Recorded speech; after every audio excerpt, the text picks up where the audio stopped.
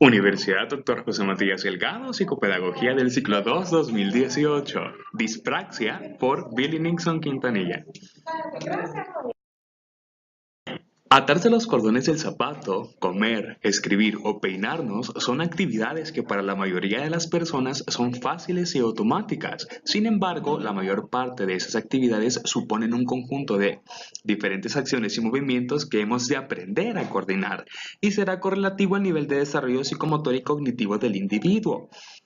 Para algunas personas, este proceso de aprendizaje psicomotor no fluye con normalidad y más que eso, interviene de forma directa en el desarrollo cotidiano de las actividades como cepillarse los dientes, ponerse los pendientes, sostener un lápiz, incluso escribir en una computadora.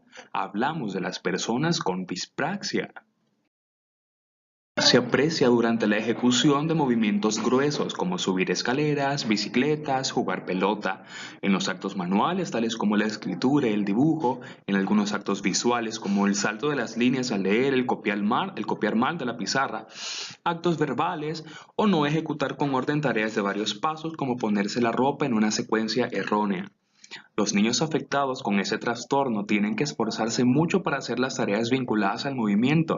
El resto de los niños las hacen de forma automática y sencilla y muchas veces sin prestar atención y con plena eficiencia, mientras que ellos tienen que esforzarse más. Además de ver un bajo nivel ejecutivo, la desmotivación se hace presente.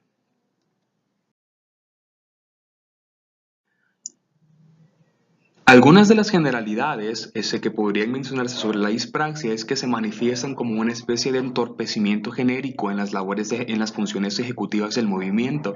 En consecuencia, su detección suele ser temprana. Los síntomas más evidentes son la presencia de torpeza, descoordinación y lentitud motoras, interfiriendo con la vida habitual y el desarrollo del sujeto. Es frecuente que se tengan dificultades en el mantenimiento postural y a la hora de realizar actos que requieran movilidad fina, precisando de ayuda para realizar acciones básicas. También se pueden aparecer comportamientos inmaduros y dificultades sociales. Es frecuente que existan problemas comunicativos, sin embargo, estas alteraciones no tienen que ver con la existencia de ninguna discapacidad psíquica, teniendo quienes padecen dispraxia una inteligencia normal. A diferencia de la apraxia, en que se pierden las facultades adquiridas previamente, la dispraxia se caracteriza porque el sujeto nunca ha llegado a desarrollar la capacidad de secuenciar correctamente sus movimientos. Es frecuente que los primeros síntomas ya sean observables dentro de los primeros años de edad, siendo común que se presenten retrasos en el desarrollo de la motricidad y tarden más de lo habitual en alcanzar algunos hitos del desarrollo. Aunque surge durante la infancia, también se observa en adultos, siendo importante iniciar el tratamiento cuanto antes de cara a disminuir el estigma social y las posibles consecuencias a lo largo del desarrollo. Tiende a haber comorbilidad con otros trastornos tales como problemas motores o con el TDAH. Algunas variables del trastorno son dispraxia ideacional. Este tipo de dispraxia consiste por el hecho en que el problema no es únicamente a nivel motor, sino que el sujeto presenta dificultades para planificar a nivel de idea la secuencia de movimientos necesarios para realizar una acción concreta, de pronto como trenzar el cabello, de pronto cómo armar un dado, cómo armar una serie de juegos, puede constituir una forma de dispraxia ideacional. La dispraxia ideomotora es la dispraxia principal, donde la principal dificultad se encuentra en el seguimiento de la cadena de movimientos necesarios para llevar a cabo una acción sencilla. La dificultad se da únicamente a nivel motor, pudiendo el sujeto realizar la acción correctamente en la imaginación. A menudo la dificultad se vincula con la utilización de un instrumento o un objeto, de pronto como tocar guitarra o cómo saltar peregrina. Estos pueden ser retos que suponen para la mayoría de niños actividades cotidianas, pero que para niños con dispraxia representan verdaderas dificultades. La dispraxia constructiva se trata de un tipo de dispraxia en la que quien padece tiene dificultades para entender las relaciones espaciales y actuar conforme a ellas. Por ejemplo, un niño con ese problema tendrá problemas para realizar una copia de una imagen o a la hora de organizarse. Y la dispraxia oromotora o apraxia verbal. En este tipo de dispraxia, el sujeto presenta dificultades en la coordinación de los movimientos necesarios para comunicarse oralmente, a pesar de saber qué decir o qué quiere decir. Se dificulta producir sonidos inteligibles. Algunas de las causas de la dispraxia son muy interesantes, sobre todo porque tienen un corte neurobiológico, pero también cognitivo.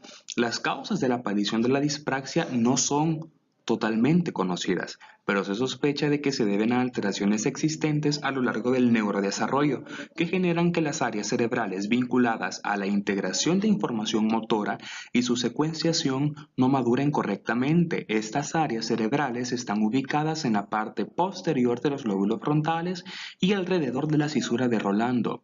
Otras posibles causas son la inmadurez en el desarrollo de las neuronas, posibles traumatismos y otras enfermedades o lesiones cerebrales, pero por lo general se debe a causas genéticas. Evaluación diagnóstica. La persona con sospecha de dispraxia debe ser sometida a una serie de rigurosas pruebas tales como tomografías axiales computarizadas, electroencefalogramas, evaluaciones a cargo de profesionales de diversas áreas tales como la neurología, la neuropsicología, psicólogos educativos, pediatras, etc. Todo diagnóstico debe ser realizado por profesionales en neurología, neuropsicología o ramas afines a las disciplinas neurocientíficas.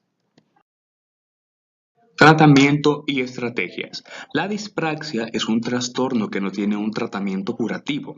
Si bien es posible emplear diferentes estrategias de cara a mejorar la adaptación de los afectados al medio y enseñarles a realizar las diferentes acciones, el tratamiento de la dispraxia es multidisciplinar, teniendo en cuenta tanto lo clínico como lo especialmente psicoeducativo.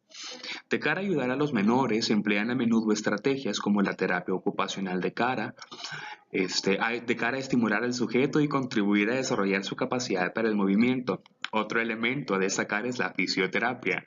La logoterapia también suele ser imprescindible de cara a educar al menor y permitirle que desarrolle la coordinación necesaria para poder emitir palabras correctamente. A nivel educativo pueden ser necesarios establecer planes individualizados que tengan en cuenta las dificultades del menor. También puede ser de gran utilidad el uso de terapia expresiva o de técnicas que permitan fomentar la autoestima del niño, que puede estar disminuida ante la percepción de sus dificultades. El entrenamiento en las habilidades sociales también facilita una correcta vinculación con el medio. La psicoeducación, tanto para ellos como para el entorno, suele ser de gran ayuda para facilitar el desarrollo normativo del sujeto y la comprensión de las dificultades existentes. Una de las conclusiones que podríamos citar es que la dispraxia es un fenómeno que se manifiesta en muchos de los centros escolares, en muchos colegios, donde la conciencia de esa clase de trastornos quizás es mínima debido a la comorbilidad existente con otras psicopatologías o con algunos trastornos o problemas del desarrollo neurocognitivo. Sin embargo, como tal, la dispraxia, al ser un trastorno del que se conoce muy poco, pero que tiene una gran incidencia, es conveniente entonces conocer sobre ella, mecanizar algunas estrategias. Es labor del psicopedagogo también velar por las diferencias a las que esta persona se va a enfrentar y de alguna u otra forma ver de qué manera puede esa persona desarrollarse de forma plena como un estudiante o como un niño en desarrollo. Muchísimas gracias por su atención.